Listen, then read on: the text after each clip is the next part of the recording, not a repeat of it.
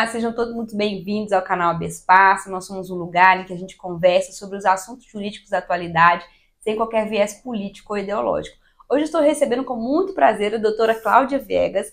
Ela é pós-doutora, doutora, mestre, professora universitária, atualmente assessora na presidência do Tribunal Regional do Trabalho aqui de Minas Gerais e autora de diversos artigos e livros na área jurídica. Doutora Cláudia, um prazer te receber, viu? Prazer é meu, Rayane. Muito bom estar aqui com você. Obrigada. Pessoal, nós vamos falar hoje sobre contratualização do direito de família, um assunto que está no auge. Enquanto a gente vai conversando sobre isso, eu vou cozinhar para a professora Cláudia um risoto de 2 queijos, acompanhado de pera ao molho de laranja e gorgonzola. Se você quiser reproduzir, vai estar tudo na descrição do vídeo, tá bom? Doutora Cláudia, né? Pois é, espero que goste. Primeira vez que eu faço, né? Espero que dê tudo certo. Com certeza vou gostar. Doutora Cláudia, uma pergunta bem básica, assim, para a gente começar a nossa entrevista. O que seria essa contratualização do direito de família e como que isso está sendo implementado aqui no Brasil? Pois bem, a contratualização do direito de família, ele tem sido uma tendência crescente nas relações afetivas familiares. Seria, Rayane, a hipótese da família ditar as próprias normas de convivência, de parentalidade, digamos assim, de como viver melhor dentro das regras permitidas pela lei. Não seria criar regras totalmente próprias, e sim amoldar as regras existentes à realidade familiar. Muito interessante nesse momento. Nós estamos no momento do direito de família negociado. Já passamos por um momento de normas cogentes, normas que eram totalmente negociáveis, e hoje a família está mais consciente e ela pretende ali organizar as suas regras de acordo com a subjetividade de cada entidade familiar. Ótimo, doutora Cláudia, acho que é importante esse conceito para a gente começar. Agora, indo para situações práticas, para aquela família que deseja contratualizar, é possível contratualizar questões pessoais, por exemplo, fidelidade, a guarda dos filhos, eventual partilha em caso de divórcio? Isso é legítimo na nossa legislação atual? Sim. Atualmente, em relação às cláusulas patrimoniais, nós não temos dúvida da contratualização. Até porque o direito já está ditando sobre isso. Nós podemos fazer um pacto antenupcial, escolhendo um regime de bens que atende àquela família. Nós podemos fazer um acordo homologado judicialmente em relação aos filhos, à guarda, em relação a situações existenciais. Nós podemos ditar regras em relação à rotina parental. Podemos falar, inclusive, de questões que são delicadas, como o endividamento da família, porque normalmente ele leva ao fim das relações conjugais. O endividamento é algo muito constante atualmente. Então, nós temos uma série de relações existenciais que podem ser tratadas assim. Mas temos limites. Os limites, né, de coercibilidade. Nós não podemos traçar cláusulas que tragam coercibilidade para a família. Então, por exemplo, eu não posso ditar nada relativo ao seu corpo, à sua intimidade, à sua privacidade, que são os direitos da personalidade.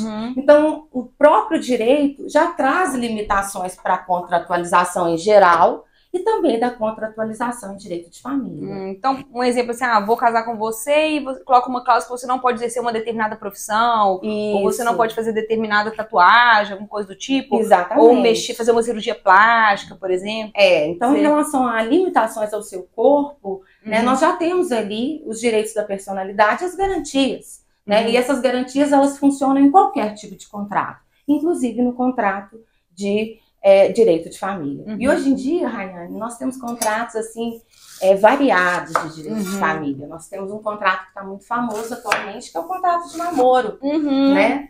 Inclusive, o Colégio Notarial já nos informou que nós temos mais de 1.500 contratos de família nos cartórios de nota. Então, nós temos os jovens se preocupando, né, em não confundir o seu namoro, que hoje em dia é um namoro bem diferenciado, né, com a união estável, tentando preservar ali a comunicabilidade dos bens. Sim, eu já vi, teve um caso de um jogador de futebol famoso, acho que ele chama Endrick, que ele fez um contrato com a namorada e repercutiu muito, porque dentre várias cláusulas, né, além de reconhecer ali que era um namoro, tinha cláusula de multa em caso de infidelidade, né? Sim. E, então isso tudo é válido e tem acontecido de fato, não é? Olha, a multa por infidelidade, ela ainda não é assim pacífica. Nós temos decisões validando e decisões que estão rechaçando. Então aqui no TJMG, em 2023, nós tivemos a validação de uma cláusula de multa de infidelidade de R$180 mil. Então, é um caso emblemático, que vem aqui do nosso estado, né? Sim. Que o Tribunal de Justiça Mineiro, eu ainda considero no direito de família um tribunal um pouco conservador, então me espantou, né? E me alegrou o fato de ter sido validada essa cláusula de infidelidade. E eu tenho visto cada dia mais essas cláusulas sendo feitas em contratos de namoro e pacto antinupciais e contratos de convivência de união estável. O que eu vejo, tá, Rayane? Se você seguir o artigo 104 do Código Civil Brasileiro, que traz ali para nós todos os requisitos de validade de qualquer contrato, se a pessoa for capaz, se o objeto contratual for lícito, possível, determinado ou determinável, se a forma ali for prescrita ou não defesa em lei, e principalmente uma vontade livre e desembaraçada, eu não vejo por que não validar uma cláusula de multa de infidelidade, até porque a fidelidade, ela é um dos deveres do casamento. E a lealdade, ela é um dos deveres da união estável. Então eu não vejo que seja uma cláusula contrária à lei. Ela é polêmica para aquelas pessoas que já se casam pensando em ser infiéis. E dentro dessa questão dessas cláusulas, eu acho que vale a pena a gente aprofundar um pouquinho dentro dessa questão do divórcio, né? E é muito pouco aplicado, assim, pelo que já tivemos um episódio aqui sobre esposa troféu, até comentamos nos bastidores com a professora Andressa, e ela comentou que apesar de haver a possibilidade, ainda é muito pouco utilizado, né? Mas eu queria que a professora explicasse, assim, o que tem na prática acontecido mais. Então as pessoas podem prever, uma coisa que ela comentou que é bastante interessante, eventualmente um valor já pré-fixado para uma pensão em caso de divórcio, que no caso da entrevista era muito importante para aquelas mulheres que abdicavam da carreira, né? Para em um eventual divórcio ela não ficar desassistida até ela conseguir retomar a vida dela profissional. Então eu queria que a doutora explicasse para as pessoas quais são essas cláusulas mais utilizadas aí nesse âmbito do direito de família quando há um divórcio e o que pode ser questionado, né? O que pode ser questionado a validade. Olha, essa cláusula a gente chama até de cláusula pré-divórcio, sabe, Rayane? E eu vejo que ela vem assim em crescente movimento dessas cláusulas. Eu acho que elas são desejáveis, porque patrimonialmente nós podemos sim falar o que vai acontecer ali no divórcio. Muito se fala em cláusula penal, né? Seria uma cláusula penal você, por exemplo, estipular a cada ano de casamento uma indenização? Hoje é muito comum. Por quê? Porque as pessoas que procuram esse tipo de previsibilidade nas relações afetivas são pessoas que normalmente têm disparidade de patrimônio, né? E tem essa situação da mulher abdicar da sua vida profissional para praticamente dedicar-se ali àquela família. Então, eu entendo completamente válidas essas cláusulas patrimoniais, mas as cláusulas existenciais, elas ainda são, digamos assim, contestadas. Principalmente as cláusulas relativas à criança e adolescente, porque nós temos o princípio da proteção integral da criança e adolescente, e esse princípio ele é inafastável. Então, como qualquer contrato, nós podemos ali inserir cláusulas. Agora, a validade das cláusulas é que nós vamos observar ali em relação a filhos, criança e adolescente. Normalmente o judiciário vai ter total liberdade para revisionar essas cláusulas, sobretudo porque você pode contratar no momento, e no momento da execução da cláusula, tudo mudou naquela situação, né? A gente vê muito bem o casamento, a união estável. Por mais que nós falemos aí de afetividade, de amor, né, de uma situação existencial, ele é muito patrimonial, certo? E a gente escolhe um regime de bens, muitas vezes, numa realidade, e convivemos muito tempo com a pessoa, tudo muda, Sim. De repente, a vida de um muda muito mais do que a vida do outro. Então, essas cláusulas podem, sim, vir a ser revisionadas ali no ato do divórcio. O juiz vai, sim, fazer ali, verificar se foi feita uma cláusula com vontade livre. E, em relação a filhos, guarda, alimentos e determinadas renúncias de direitos, principalmente, eu vejo que essa parte pode ser, sim, questionada no judiciário. Entendo. Não, então, por exemplo, um casal previamente estabeleceu que a guarda seria compartilhada, mas que a residência seria com a mãe, por exemplo. Pode ser que no divórcio a realidade do momento demonstre que o melhor para a criança seja ficar com o pai. Exato. Então isso pode ser revisto judicialmente. Então, assim, não é uma cláusula absoluta, né? Não existe direito absoluto. Não existe direito absoluto, né? E principalmente em relação à criança e adolescente, vai prevalecer o princípio da proteção integral do melhor interesse da criança. Sim. Então, o juiz vai analisar sob essa ótica. Sim. Então, ele vai verificar como está a criança agora, quais são as condições dos pais, as cláusulas antecipadamente já organizadas, elas vão atuar de forma eficiente nesse momento. Então, eu creio que isso é até mesmo salutar, né? Sim, claro. Essa situação do judiciário. Inclusive, os acordos homologados, né, em relação à criança, guarda, alimentos e a rotina da criança, normalmente são homologados judicialmente. Sim. Por conta da participação do Ministério Público. Sim. E para garantir realmente o melhor interesse da criança. Sim. Naquele momento, que é um momento muito sofrido, né? Eu faço parte de uma família que veio do divórcio, né, da separação, então a gente sabe exatamente o que é isso. Nós gostamos do nosso pai, da nossa mãe, mas naquele momento eles estão rompendo ali uma situação que não deveria nos afetar, mas afeta e pode, inclusive, trazer muito problema para aquela criança e para o adolescente no futuro.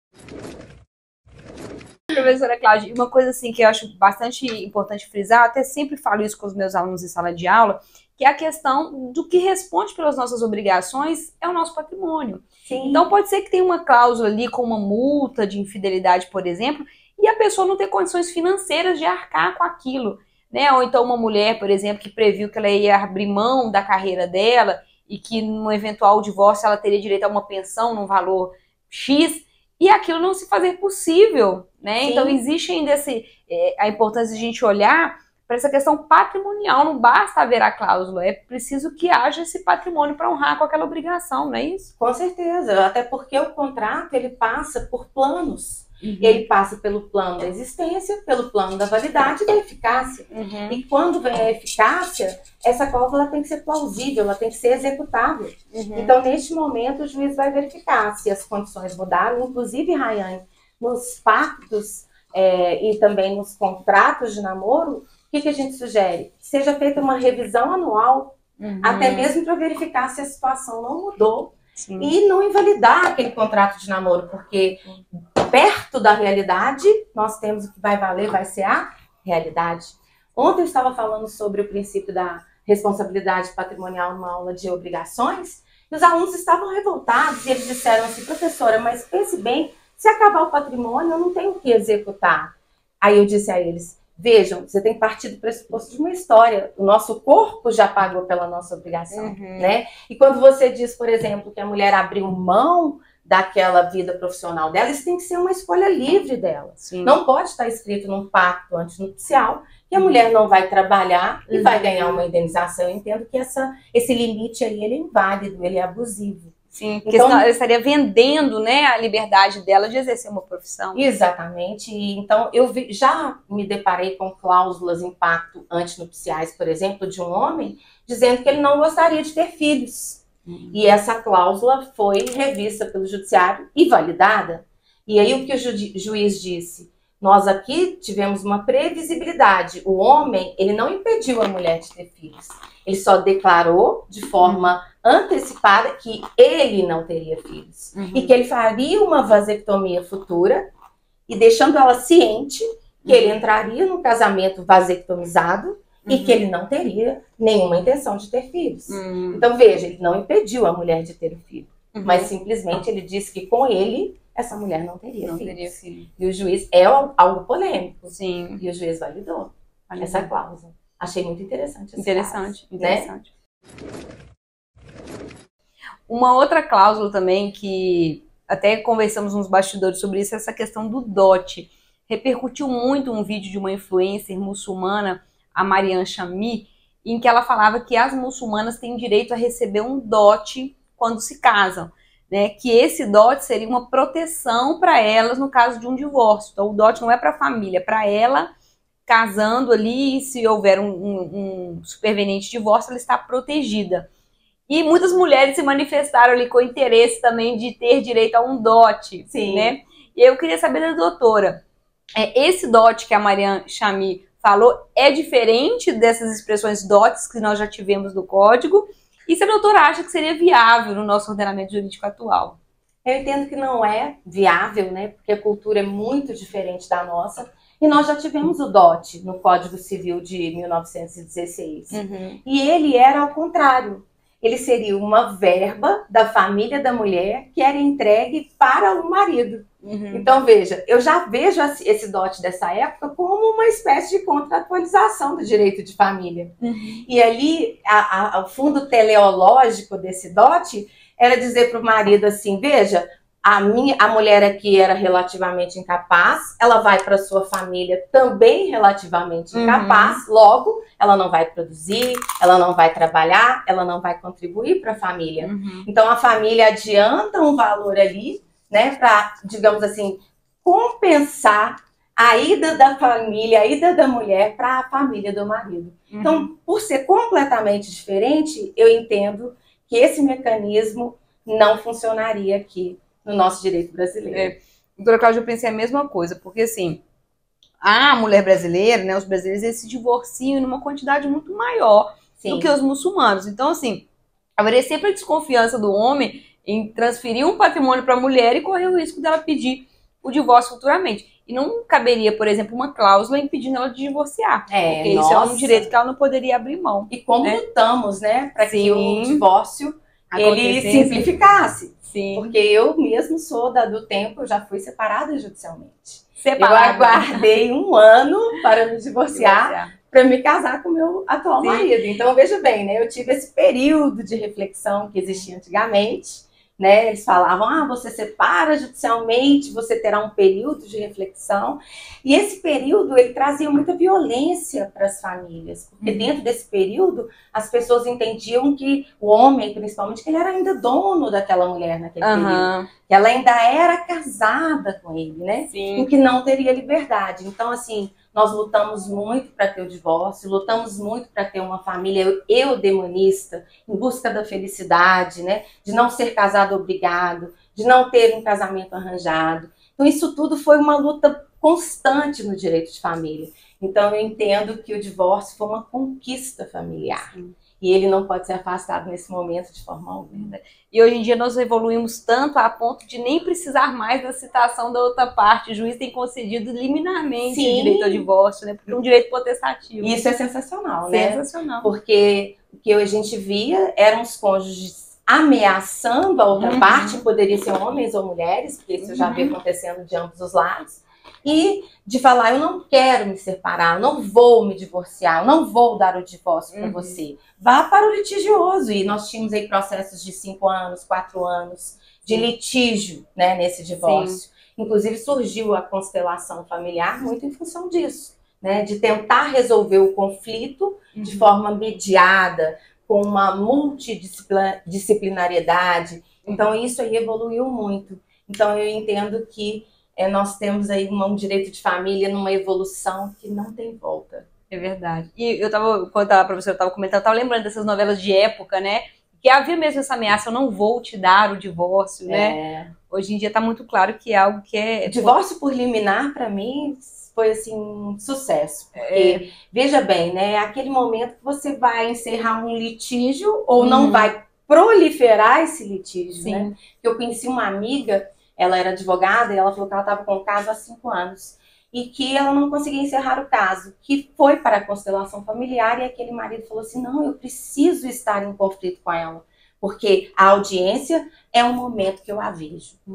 Então, quando veio o divórcio sem sequer uma audiência, né, você vê que esse caso mesmo ele já teria sido encerrado desde o início e muitos contratempos não teriam acontecido. Exato. Inclusive, a professora falou da dessa advocacia sistêmica, né, multiportas. A gente tem um episódio sobre isso aqui e que eu achei sensacional, porque muitas vezes, por trás da dor, né, aliás, por trás daquele conflito jurídico tem uma dor, Sim. Que quando tratada, o conflito acaba se solucionando, se diluindo, né? E a dor familiar, ela é terrível, né? Sim. Porque a família é o lugar que a gente se desenvolve. Sim. É o lugar que você quer ser feliz, é o lugar que você tem que ser aceito. Eu sempre falo isso muito com os Sim. nossos alunos, né?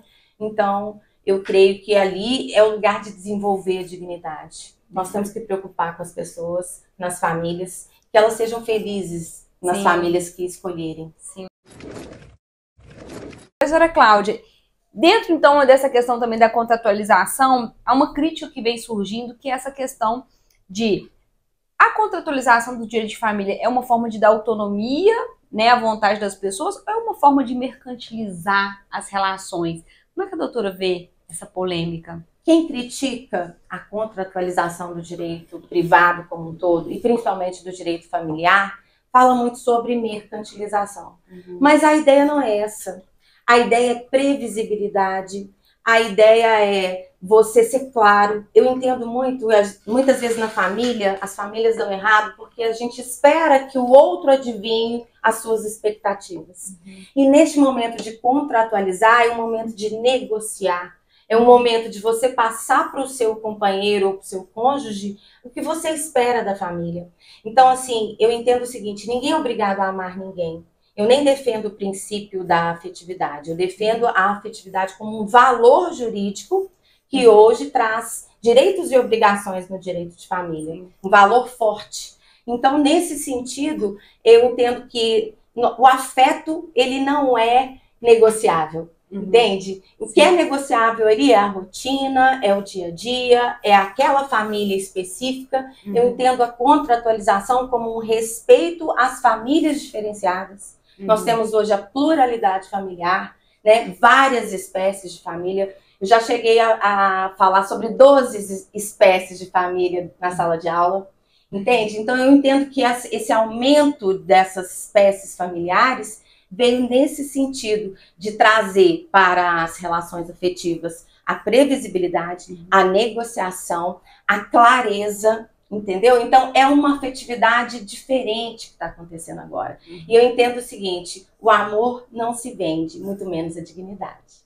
Então, não entendo que há mercantilização. Entendo que há uma negociação clara, precisa, em busca da felicidade do casal.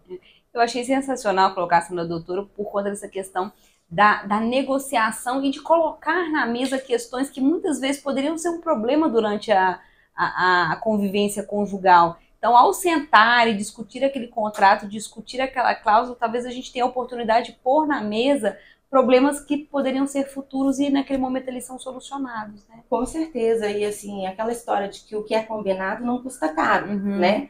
E até para você dar ao outro a oportunidade de não querer participar daquela família que você idealizou para você. Sim. Né? Talvez você evite conflitos futuros. Sim. E promova a dignidade dessas pessoas. Eu defendo a existência das famílias poliafetivas, que são as famílias não monogâmicas. E essas famílias, Rayane, que eu estudei assim de perto, pessoas que vivem há 30 anos, não sei se você viu semana passada, um caso de um trisal, que eles conviviam juntos há 35 anos. Veja bem, como negar? E elas vão dividir a pensão, né? Elas vão dividir a pensão. E eu achei uma vitória, assim, sensacional. E o que o juiz disse?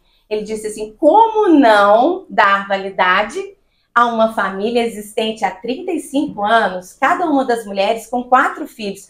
Mas vejam a indignidade, tá? Desde 2023 a 2025, elas estão vivendo como? É isso que eu me fiz, essa pergunta que eu me fiz. Falei, como elas estão vivendo? Porque foi quando ele faleceu? Foi quando ele faleceu. Só agora foi decidida a divisão da pensão. Então eu fico pensando, a dignidade dessas mulheres, desses 8 filhos, de 2023 a 2025, como foi? Eu até vou chamá-los para fazer um podcast para a gente tentar descobrir como eles sobreviveram e como eles se viraram aí neste período até que o judiciário reconhecesse. Sempre falo uma coisa, sabe, Rayane, que essas famílias diferentes, que não estão reconhecidas, que estão lutando pelo reconhecimento, as pessoas vão morrer, elas vão falecer dentro dessa família. E o judiciário, ele não vai poder se esquivar, ele vai ter que decidir. Então, quando eu falo da família não monogâmica, por que eu falei isso para você? Que o elemento essencial da família não monogâmica é a negociação, é a comunicação, é dizer para todos, olha, eu não sou monogâmico, você me aceita assim?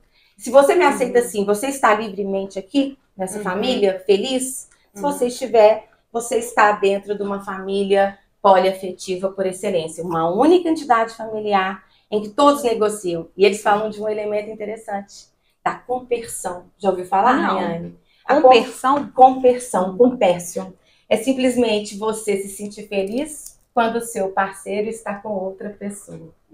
É algo estranho para mim estranho. Para mim também, né? Porque a gente tem uma cultura diferenciada, nós temos os ciúmes. E o contrário da compersão é os ciúmes, é a posse. Né? Então eu gosto muito de Regina Navarro Lins, não sei se você já leu. Ela fala sobre a cama na varanda. E ela fala que nós, seres humanos, não somos monogâmicos por natureza, nós escolhemos ser.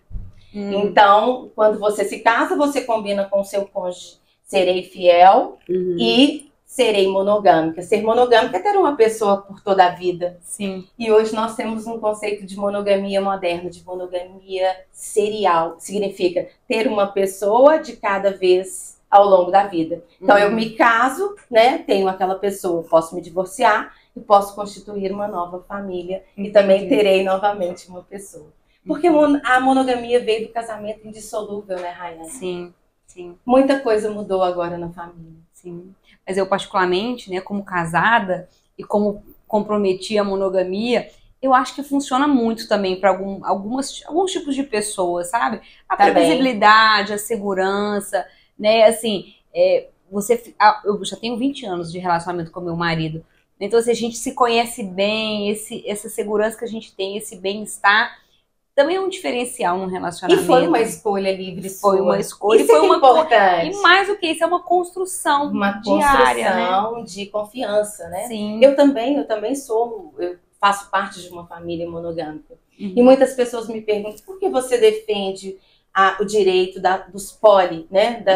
Poli, muitos amores. Muitas pessoas, muitos amores. Numa cultura monogâmica por excelência. Sim. E aí eu entendo o seguinte, que nós escolhemos a monogamia, mas no Brasil nós temos famílias simultâneas, né? E muitas, não são poucas. Tem um ditado antigo, né? Os dedos da mão não são iguais, as pessoas não são iguais. Exato. É importante que a gente dê legitimidade para cada um escolher como quer viver. Então eu sempre defendi famílias diferentes. Eu acho que o fato de uma pessoa não monogâmica escolher uma família poliafetiva não vai atrapalhar nem a minha vida, nem a sua. Somos monogâmicos. Sim. E por que não dar direito de família para essas pessoas, sabe? Eu não consigo imaginar de dizer que a monogamia é um princípio, que a monogamia é absoluta. Não é. E nós sabemos disso. E quando você estuda a história, você vê que ao longo da história o heterismo, não sei se você já leu A Origem da Família, do Estado e da Propriedade, e lá ele diz que a monogamia ela veio ao mundo para organizar a sociedade. Na época não tinha DNA. Né? Então, assim, a monogamia era para garantir exatamente que o seu filho seria do seu marido. Sim. Então, assim, nós viemos numa construção de uma paterfamílias, de uma família paternal em que a mulher era subjugada. Então, hoje, nós temos a possibilidade da poliafetividade como uma liberdade para a mulher poder escolher também a não monogamia. Exato. É polêmico, né? É polêmico, mas eu entendi o ponto da doutora e eu concordo, assim, eu acho que cada pessoa de um jeito e o mais importante é a pessoa ter a liberdade de escolher ser monogâmica ou não. Sim. Né? Então, assim, ela poder disciplinar o que vai ser feito com o patrimônio dela, ela poder disciplinar o que vai ser feito com os direitos, né, previdenciário delas, eu acho que isso é dar dignidade para essas pessoas, né? Concordo. Porque o direito precisa acompanhar a sociedade. Exatamente. Né? Então, essas pessoas precisam ter segurança nas relações que vão tratar. Né? Sim, como uma boa civilista, eu defendo muito a autonomia privada, né? O direito do ser humano se autodeterminar, escolher a família que melhor lhe atenda, que dê segurança a ele, que ele fique feliz ali naquele núcleo familiar. E cada um de nós tem um interesse, né, Rayane? Então, eu acho que a autonomia privada, ela atende os interesses diversos de cada um de nós. Professora Cláudia, a doutora poderia falar um pouquinho sobre alguns contratos polêmicos dentro desse tema? Sim. Um contrato muito interessante é o contrato de geração de filhos. Não sei se você já teve a oportunidade de ler algum contrato desse tipo. Já vi alguns. Este contrato, ele surge dentro do âmbito de uma família nova. É a família da coparentalidade. É a família, Rayane, que as pessoas, elas querem ter filhos. Inclusive, existe um jargão. Quer ter um filho comigo? Sabe? Nesse caso, as pessoas têm feito inseminação artificial caseira, que é algo, inclusive, que eu tenho um artigo sobre isso, porque eu sou contra. Tá? Porque as pessoas não querem nenhum tipo de relação afetiva. O que elas querem é ter um filho. E um caso emblemático que chegou ao judiciário agora é o caso do Gugu. Não sei se você acompanhou a sucessão do Gugu. O Gugu, ele fez um contrato com a Rosemiriam de Matteu, falando o seguinte: eu quero ter filho com você. E ela assinou livremente esse contrato. E este contrato afasta a união estável. Ele queria ter filhos com ela. E ele teve filhos com ela. Mas não era um relacionamento amoroso entre eles. No contrato dizia que absolutamente não teria nenhum tipo de relação afetiva. Porém, nós sabemos que a união estável, ela é fática, né? Ela tem 3 elementos apenas: a afetividade, a continuidade e a publicidade. Então, como o falecimento do Gugu veio precocemente, numa situação inesperada, quando se abriu ali o testamento do Gugu, ele queria que desse validade ao contrato de coparentalidade e afastou completamente a Rosemiriam de Matteu de sua sucessão. Ela não teria direito a nada. E foi para o judiciário, né? Claro, ela querendo o reconhecimento da união estável. Ela nunca teve nem eles nunca tiveram uma rede social pessoal. De repente ela disparou colocar uma série de fotos tentando provar a relação fática da união estável, né? E afastar o contrato de geração de filhos. Inclusive ela questionou a capacidade dela, o discernimento dela naquele momento, dizendo que eles haviam brigado e que ela estava com discernimento reduzido. Mas o juiz entendeu que não, que aquele contrato foi livremente assinado, que o testamento dele estava dentro da validade e que se ele quisesse realmente deixar algo para ela, ele teria alterado o testamento. E não foi feito. Então, para que a pendência judicial terminasse, que já estava durando há muito tempo, ela abriu mão da disputa da união estável. Então, veja bem, essa coparentalidade está sendo muito utilizada atualmente em casais homoafetivos, por exemplo, femininos. As mulheres não querem ter relação sexual com o homem. Então, muitas vezes elas fazem um acordo, pede o material genético daquele homem, não faz nenhum exame, não verifica se há doenças, nada. E hoje em dia existe um kit, chama Kit da Inseminação Artificial Caseira, que eu rechaço no meu artigo, porque é um kit que custa 50 e poucos reais, e ali tem um recipiente para o material genético e uma seringa com, digamos assim, uma cânula para que injete ali na mulher e faça a inseminação em casa. Então, nós estamos vendo a coparentalidade com inseminação artificial, com inseminação artificial caseira e com relação sexual sem nenhuma previsibilidade de afetividade. Então, é um caso polêmico. Complexo, né? E até perigoso, por conta da questão de doenças, né? E tudo mais. Eu defendo a coparentalidade, sabe? Porque eu acho que a pessoa que quer ter filho com o outro, ela será uma boa mãe e um bom pai, né? Não precisa de estar numa relação afetiva para você ser boa mãe e bom pai. Mas o fato dessa situação da inseminação artificial caseira, eu não sou favorável. Eu acho que nós temos a inseminação normal, com toda a segurança, né? Fazendo exames, até mesmo anônima, né? Para não ter nenhum tipo de filiação. Então eu acho que poderia sim a pessoa utilizar desse mecanismo e não da inseminação caseira. Outra família também que está sendo muito importante é a família multiespécie. Não sei se você já ouviu falar sobre ela. Esse nome não. A família multiespécie ela é formada entre pessoas humanas e seus animais de estimação. Então, nunca ouvi falar. Não, é porque os casais estão disputando seus animais de Isso eu já ouvi falar. estimação, no divórcio. Sim, já ouvi isso. Eu já vi vários conflitos sobre E, em isso. primeira instância, nós tivemos várias decisões tratando o animal apenas como coisa. E como coisa, nós temos que verificar quem é o proprietário. Então, Sim. normalmente, quem mostra uma nota fiscal, quem comprova a propriedade, ficaria com aquele animal. Sim. Ou nós teríamos que verificar qual regime de bens, o animal é coisa, Sim. tem valor econômico.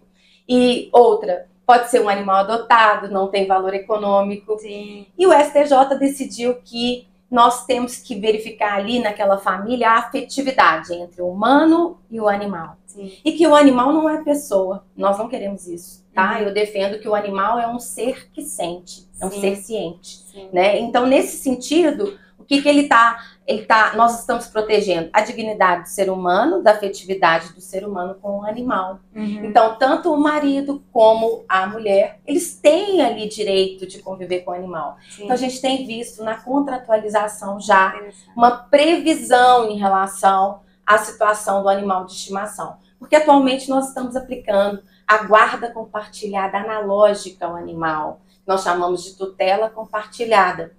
E a pensão alimentícia seria as despesas do custo do animal. E isso é muito criticado, porque muita gente fala, animal não é pessoa, concordo? Animal não é pessoa, mas animal também não é simplesmente uma coisa.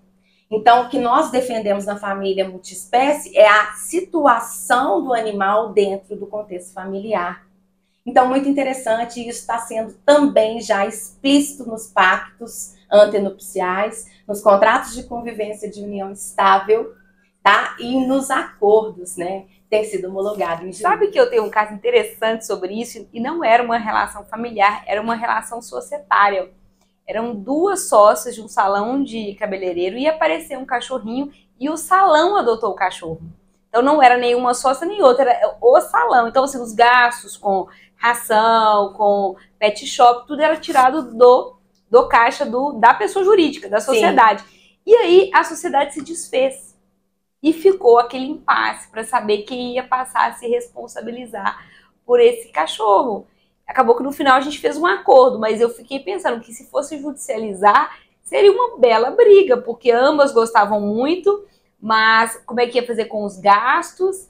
E, enfim, graças a Deus que saiu um acordo. Mas são questões que vão surgir, né? Sim, com certeza. E sobretudo porque existem animais e animais, né? Sim. Então, muita gente, quem é contra essa mudança do caractere jurídico do animal, vai falar assim, quer dizer que você vai equiparar uma barata a um animal de estimação? Não, não. O que nós estamos fazendo é verificar o contexto em que o animal está, e a partir desse contexto, nós vamos definir alguns direitos específicos dentro do direito de família. É muito diferente, né, doutora Cláudia, um animal que é, por exemplo, um gado para corte, para ser vendido, do que um pet que fica ali no ambiente familiar, né? Com certeza. Tem essa relação afetiva, de fato.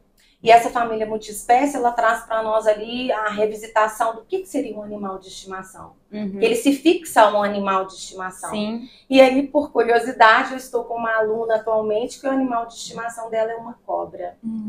E a gente fica pensando, né? Não vai, é óbvio que essa estrutura que eu estou defendendo aqui da família multiespécie não vai se aplicar a este caso. Então, o que a gente tem visto são os animais de estimação considerados como cachorros, os gatos, os passarinhos, seriam aqueles animais que realmente ficam em casa com as pessoas dentro da afetividade familiar. Sim. Doutora Cláudia, para a gente encerrar então, o que tem vindo aí de novidade nessa reforma do Código Civil sobre contratualização no direito de família? Conta pra gente. Com certeza. Temos muitas novidades no PL 04 de 2025, chamado de Reforma do Código Civil Brasileiro. Então, nós temos uma situação que ela é emblemática, que é a retirada do cônjuge do status de herdeiro necessário, sabe, Rayane? E isso vai trazer uma contratualização, assim, forte para o direito de família. Porque o cônjuge, ele vai deixar de ser herdeiro necessário, mas não deixará de ser herdeiro. Herdeiro necessário significa que a legítima, 50% do patrimônio daquele titular da herança, seria ali reservado para o seu cônjuge, para o seu descendente e para o seu ascendente neste momento do Código. Sim. A proposta é retirar o cônjuge deste rol de herdeiros necessários. Ele continua sendo herdeiro, ele será herdeiro apenas na ausência dos descendentes e do ascendente, porque não haverá mais concorrência sucessória se o Código, né, se for aprovado. E aí, nesse sentido, o que nós vamos atrair, né, para as relações afetivas familiares? Para que você beneficie o seu cônjuge, você vai ter que fazer um planejamento familiar, você vai ter que fazer um testamento, você vai ter que se propor a fazer uma holding familiar, ou uma previdência privada, um mecanismo de seguro. Nós temos uma série de mecanismos que vêm da autonomia privada da pessoa humana para beneficiar este cônjuge. E a defesa dessa mudança é para que, por exemplo, a pessoa que hoje está casada em separação total de bens, ela é a herdeira necessária. E a gente fala o seguinte, aquilo que eu escolhi separar em vida vai juntar em morte, né? Porque o herdeiro necessário, ele vai concorrer, por exemplo, com os filhos de um relacionamento anterior. E a maior crítica nas famílias recompostas, as famílias mosaico, e hoje muito comum, né? Como você disse, o divórcio hoje ele está muito facilitado. E isso traz para as pessoas a situação de chegar numa segunda família, o genitor com 2 filhos, a genitora com mais 2, e ali naquele sentido nós temos ali uma situação que eles chamam hoje de injustiça, porque pode ser que esse segundo relacionamento dure muito pouco e aqueles filhos, aquela nova esposa vai concorrer com os filhos do primeiro casamento, do segundo. Isso tem trazido muito conflito familiar. Então, a justificativa da retirada do cônjuge necessário, do herdeiro necessário, é essa. É de exatamente trazer segurança jurídica e tirar essa disparidade das consequências do regime da separação na sucessão. Seria compatibilizar a vontade da pessoa no pacto antenupcial de incomunicabilidade, que essa incomunicabilidade também persista após a morte do titular da herança. Além disso, tem algo que vem aí que é sensacional, que é o cônjuge, ele poderá renunciar a ser herdeiro necessário. Ele vai poder renunciar à herança do seu cônjuge, do titular da herança. Isso é muito importante, né? E outra, no PL 04, os pactos antenupciais, eles poderão prever cláusula de alteração de regime de bens automática. Então, por exemplo, eu digo que eu quero casar hoje em comunhão parcial e que daqui 2 anos o meu regime passe a separação total de bens. É possível que isso aconteça. Então, a autonomia ela está muito fortalecida no PL 04 de 2025. Doutora Cláudia, só para ver se eu entendi. Então, atualmente, o cônjuge, na separação total, por exemplo, ele é herdeiro necessário. Então, por exemplo, não pode o marido ou a mulher fazer um testamento deixando apenas para os filhos o patrimônio dele, porque necessariamente essa esposa vai ter que concorrer. Exato. Nesse novo projeto, né, se for aprovado da forma que for, como ela não é herdeira necessária, a princípio os bens ficariam só para os filhos. Exato. Mas não é um grande problema, por quê? Porque se ele quiser, ele pode fazer um testamento beneficiando a ela. É exatamente isso. É dar autonomia, é deixar ele escolher. Porque antes ele não poderia escolher. Isso. Ele obrigatoriamente tinha que deixar, né, ela como herdeira necessária. Agora não. Agora ela não é herdeira, mas nada impede ele fazer um testamento para protegê-la se for a vontade dele. Exatamente. Eu vejo isso como um grande avanço. Que significa o seguinte, eu só vou deixar bens para o meu cônjuge se a afetividade desenvolvida e construída dentro desse relacionamento levar a essa conclusão de proteção. Porque o que a gente verifica também são pessoas que convivem num casamento fadado ao insucesso e não optam por se separarem, né, por divorciarem, exatamente por conta do patrimônio. Então a ideia é valorizar as relações afetivas como elas realmente são e privilegiar a autonomia e o planejamento familiar.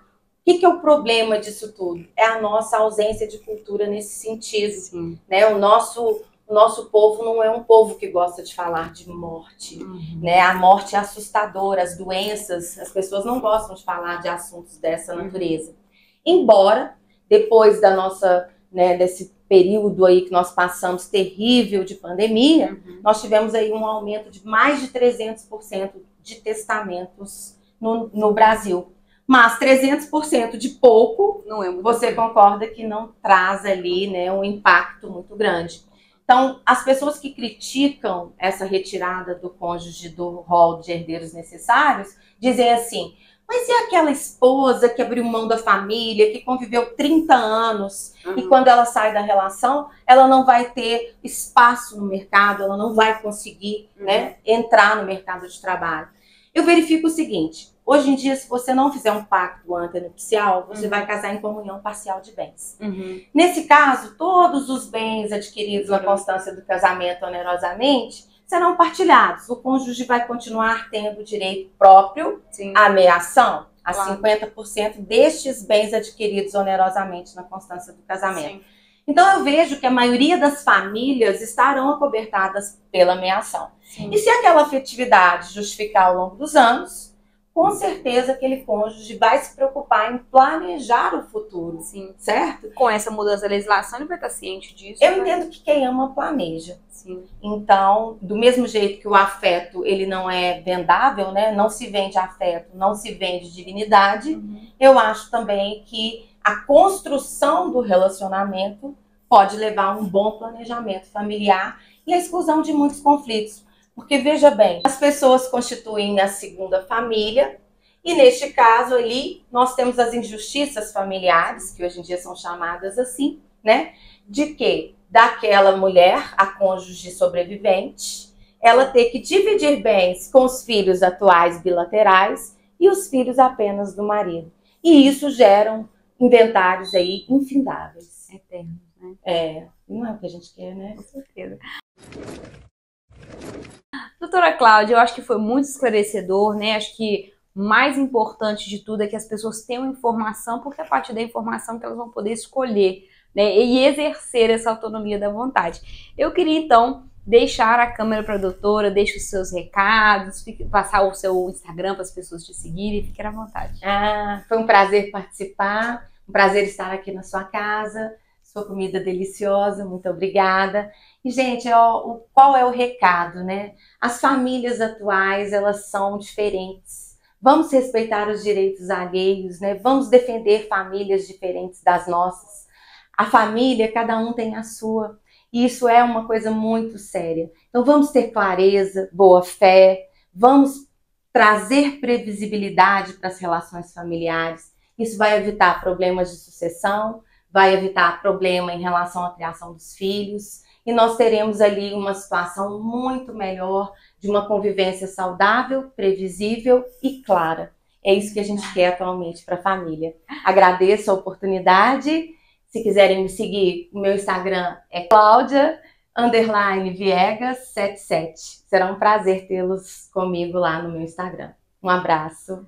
Doutora Cláudia, mais uma vez, muito obrigada. Vocês que nos acompanharam e nos seguiram até aqui, muito obrigada. Compartilhe com quem você acha que tem interesse. Comenta qual foi a parte que mais te marcou. E até uma próxima oportunidade. Tchau, tchau.